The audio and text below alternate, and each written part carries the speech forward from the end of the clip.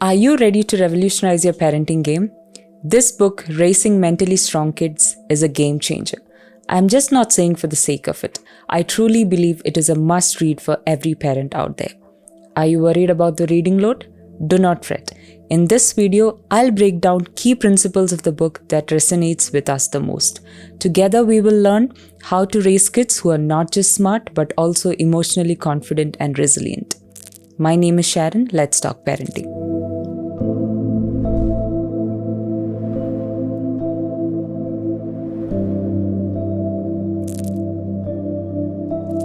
Before we dive into the heart of this parenting guide, let me explain why I believe this book is the ultimate guide. This book is a brainchild of two experts in the field of neuroscience and psychology. They have poured over 70 years of intense research into the pages of this book, which makes it a powerhouse of knowledge. Imagine the combined effects of neuroscience and psychology helping you to raise amazing kids. How much better can a parenting book get? The first principle of the book is the ultimate game changer. It reveals that the secret to effective parenting is addressing the mind and the brain of your child. Now, how exactly do you address the mind and the brain of your child? How do you put this knowledge into action? Let us start by fueling their brains with the right nutrients. Ask them to have a balanced diet, exercise, and very good sleep. Also, encourage them to participate in problem-solving activities. It is not just essential to fuel their brain, but also their mind. Teach them empathy, mindfulness, and emotional intelligence. All of this will be explored in our parenting series to come. So there you have it. By nurturing your child's brain and mind, you can raise children who are not just smart, but also emotionally intelligent and resilient. Let us talk about the second most important principle of the book. Do not be a helicopter parent. Now, who is a helicopter parent? A helicopter parent is someone who swoops in to rescue their kid when it is absolutely not necessary. I know we all love our kids and we want the most perfect world for them. We want their life to be a smooth sail in a perfect world. The biggest fault of helicopter parenting is we end up spending so much energy rescuing them even when it is absolutely not necessary. Please give your children the ability to think on their own. If they're facing any challenge, ask them to solve the problem on their own. If they're not able to solve it, you can try giving a possible solutions to them and then let them choose the best possible solution out of it.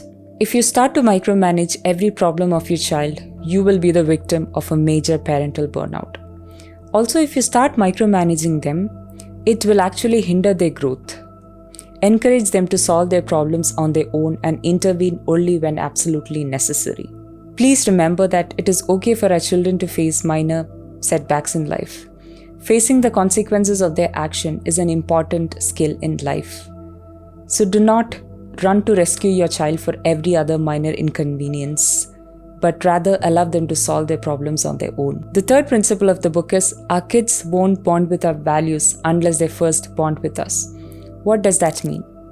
We all have a lot of beliefs and values which we want to pass on to our children.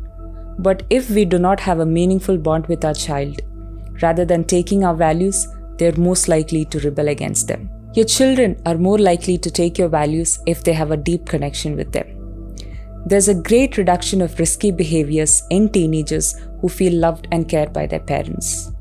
A study conducted by the American Journal of Medical Association reveals that a greater connection to the family in teenagers has reported have fewer incidents of teen pregnancy, drug abuse, and even suicides.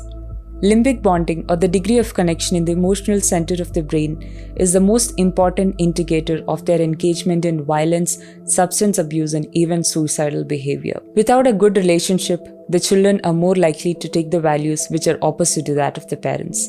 Since the kids have a deeply embedded anger towards the parents, the only way they find to pay back is by rebelling against the values of the parents.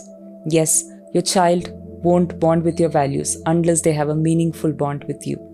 The fourth principle of the book is be an empathetic parent rather than a sympathetic one. What is the difference between sympathy and empathy? Sympathy is when you start feeling sorry for someone, you're overcome by a sense of pity.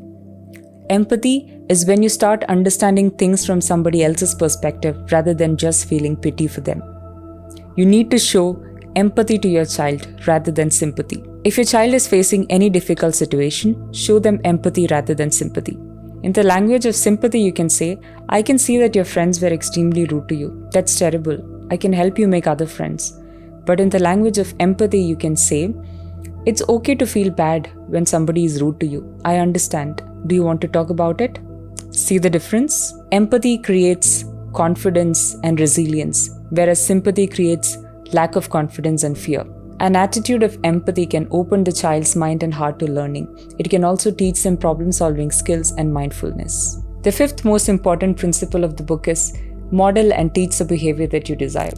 If you want your child to behave in a certain way, you are the biggest example. If you tell them to read books and you spend all day on your phone, they are not going to follow your instructions very efficiently. If you're complaining and nagging that your child is not exercising or eating healthy, how much have they seen you do the same? If we yell at our spouse for every other minor inconvenience, is it not what they learn? They are constantly watching us for their perception of the world.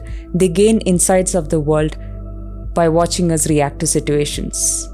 If you cannot be a good role model for your child, they literally have no one to look up to. Be the right role model and teach them the positive behavior that you desire. Before I end this episode, let me recap the 5 golden principles.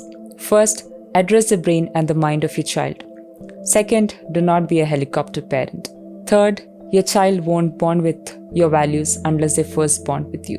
Fourth, show empathy rather than sympathy. Fifth, model and teach the positive behavior that you desire. Well, these are only a few principles from this power-packed parenting guide. Do not forget to share this video with other parents.